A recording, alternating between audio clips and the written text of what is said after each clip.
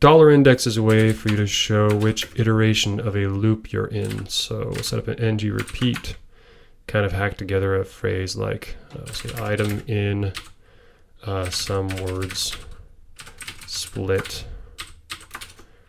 and then we can just show all the items here. So you can see over there we're listing some words as the characters.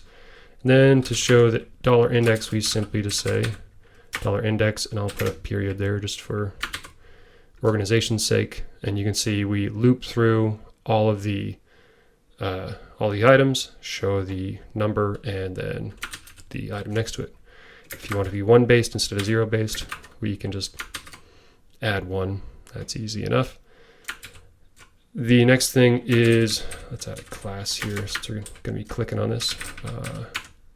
We'll just add a class of button. And then since we're going to be clicking on this and we want to see what the event is when we click on it, so we can say ng click.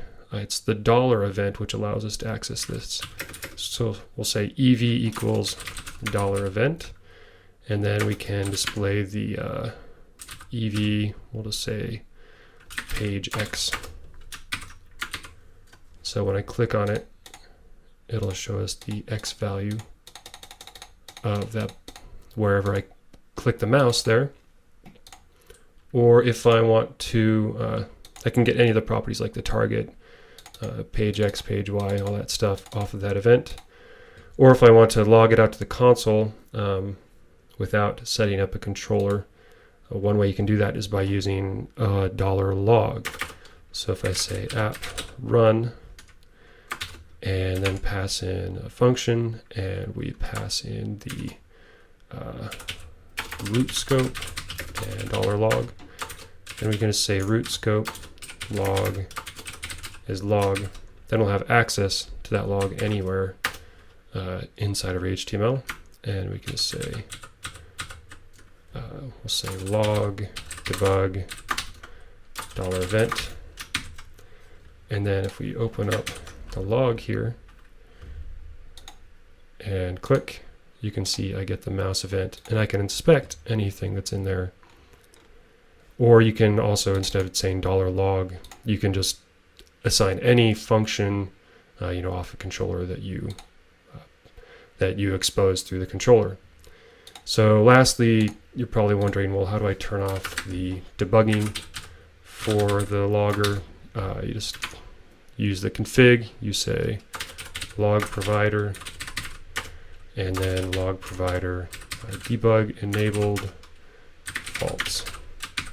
And now if we refresh over here, you can see if I click, nothing happens. On the other hand, if you do info, because there's different log levels, if you do info, it's still going to show it, or warn, it'll still show it. See the little warning icon. So there's info, warn, error, and debug enabled is only going to turn the debugging off. So make sure you use the proper log levels when you're doing this logging. So that's what the index or $index is. That's what this event is. You just use $event, and then you can pass that into whatever function you want. In a controller, it would be any. So if I were to do app controller